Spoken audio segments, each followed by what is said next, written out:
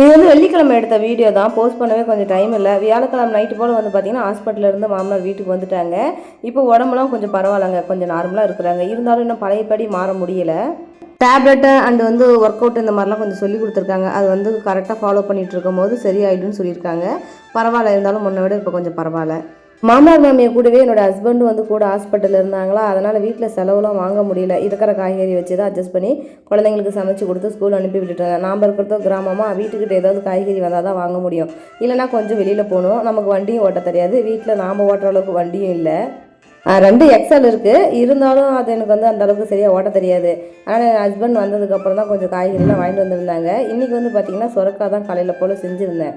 எப்பயுமே என்னோட ஹஸ்பண்டே சார்ந்து நான் இருந்துட்டு அவர் சடனாக வெளியில் போகவும் ஒவ்வொரு நாளும் சரி என்னால் மூவ் பண்ணவே முடியல.